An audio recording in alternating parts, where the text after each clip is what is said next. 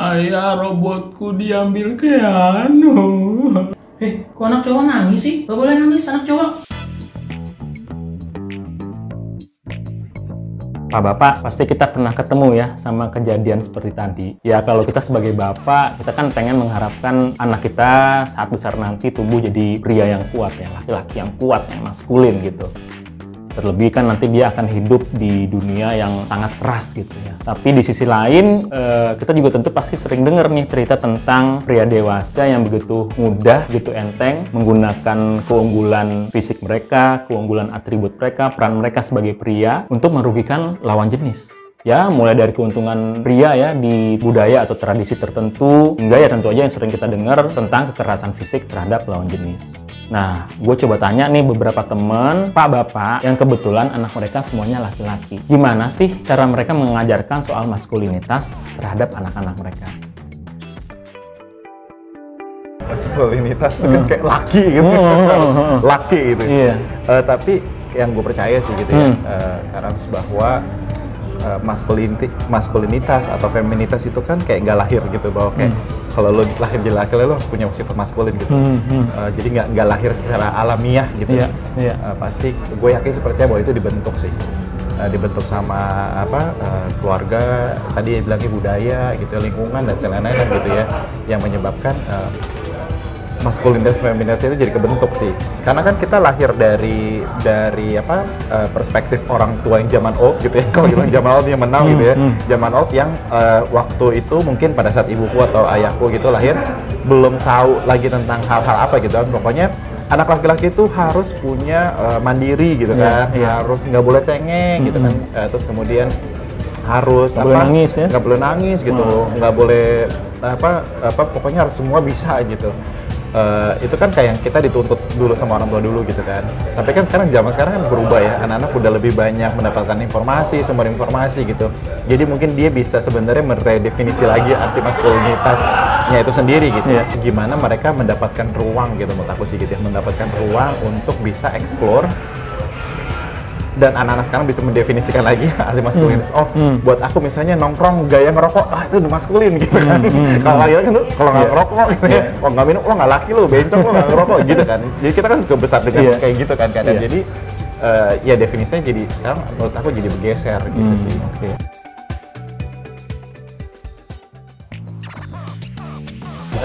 Diskusi yang sama istri itu sering kita omongin gitu kan, laki-laki itu harus kuat, laki-laki itu harus laki-laki gitu kan. Jadi ayo laki-laki main bola gitu kan, tapi nggak semua laki-laki itu suka bola, ya kan. Jadi cari aja untuk alternatif yang dia suka supaya membentuk dia laki-laki. Contoh misalnya anak kita ini nggak suka bola nih, mau dipaksain kayak gimana juga nggak suka bola, tapi tetap kita kasih pengertian sama anak-anak itu.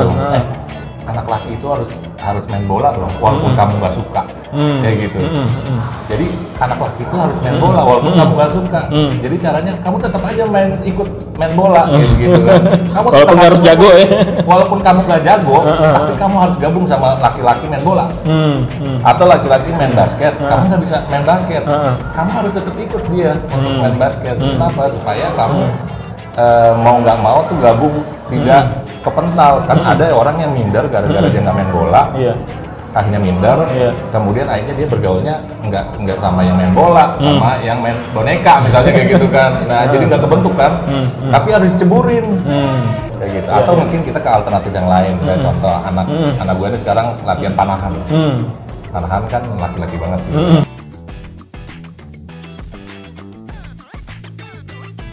Yang pasti dia itu utamanya adalah mandiri. Karakternya itu mandiri dulu gitu. Karena kalau udah mandiri dia udah bisa ngapain aja. Dilepas kemana aja dia udah selesai. Karena kalau dia udah mandiri kan udah bisa ngapain aja gitu. Kita udah bisa lepas kemana aja, kita udah aman gitu. Mandiri kok dia mau jalan sendiri kemana udah bebas kayak gitu. Dia udah tahu, nggak pakai diajarin lagi, udah bisa dan nggak nuntut ya kan. Contoh kalau anak yang nggak mandiri nih, sampai gede gitu ya, semuanya itu kalau orang tuanya nggak kasih, dia tuh nggak bisa bergerak, jadi nggak punya inisiatif gitu ya, dan nggak punya inovasi gitu. Misalnya contoh, dia mau beli misalnya mau beli motor, kalau orang yang nggak mandiri, dia pasti akan ngejar orang tuanya yang punya. Tapi kalau dia mandiri, gimana caranya gue bekerja, nabung supaya gue bisa dapat beli motor atau beli mobil. Ya kalau dia misalnya tidak tumbuh kemandiriannya, akhirnya dia nggak bisa survive sama hidupnya kan. Malah bergantung kayak begitu. Dia misalnya udah punya istri, tapi karena dia nggak mandiri, dia nggak punya pekerjaan yang bagus kayak begitu kan, apa-apa ngandelin istrinya atau orang tuanya segala macem. Apalagi orang tua istri. Sama mertuanya kalau kaya gitu kan. Kalau kaya, kalau enggak gitu. Jadi gini, dulu aku punya pertama kali kerja itu sebagai guru preschool di salah satu sekolah.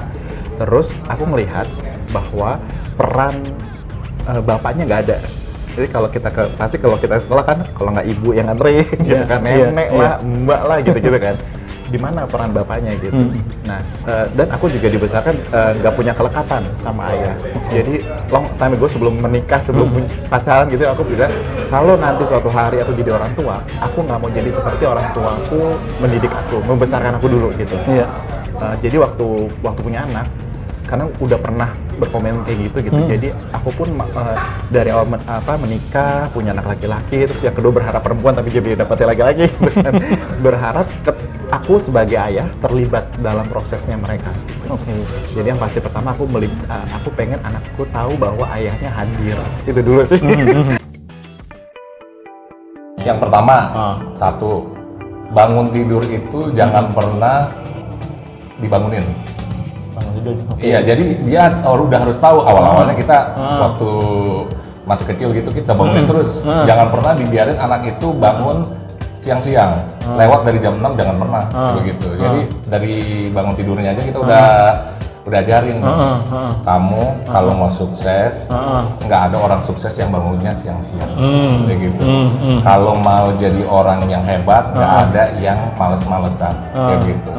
Ya kan? Setelah bangun pagi, jangan tidur-tiduran lagi, tapi diajarin bangun pagi. Setelah bangun pagi ngerapiin dulu itu kamar.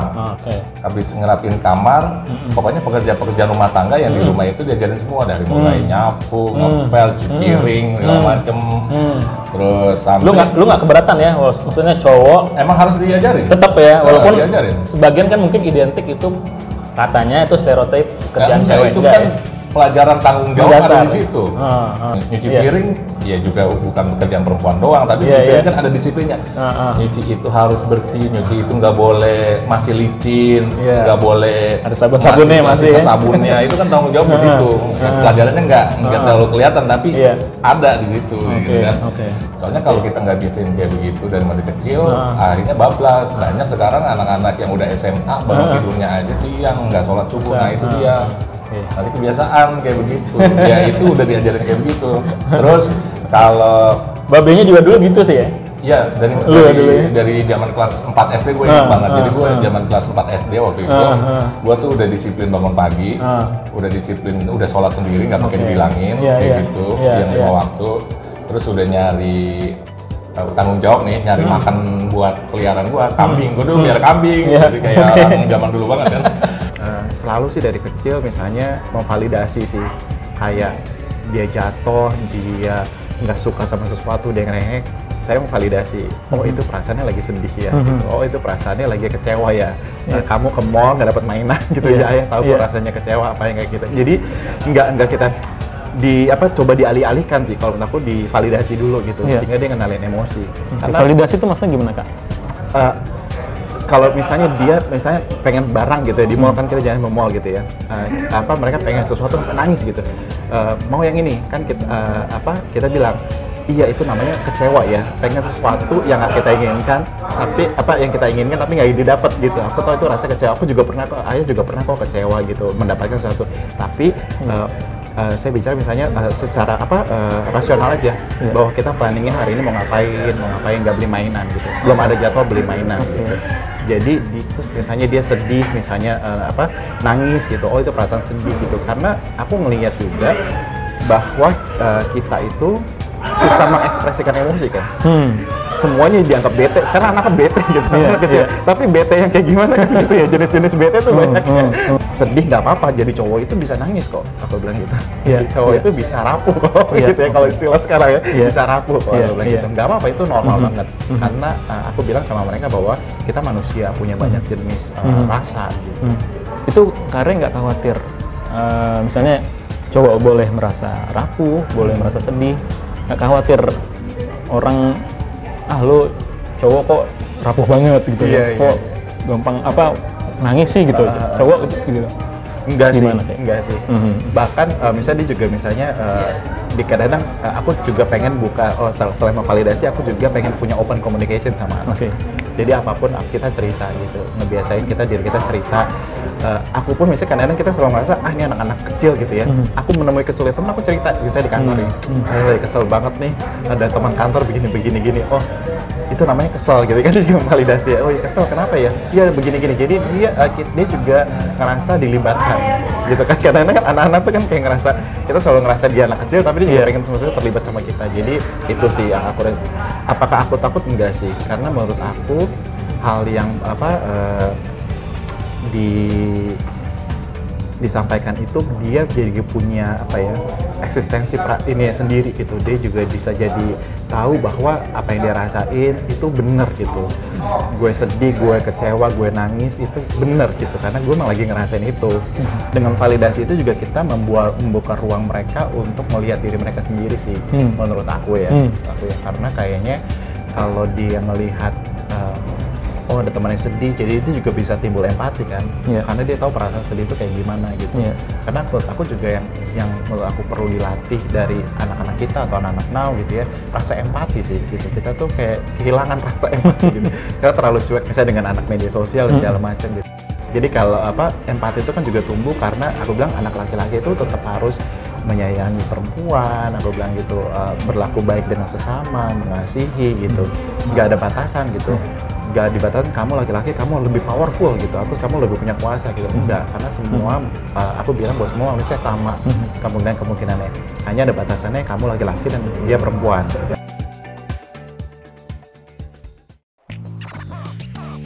Yang gue lihat pelajaran itu sebenarnya sering dikasih sama istri ya, kayak gitu kan. Misalnya contoh, kamu nggak boleh ngomong kasarnya sama perempuan.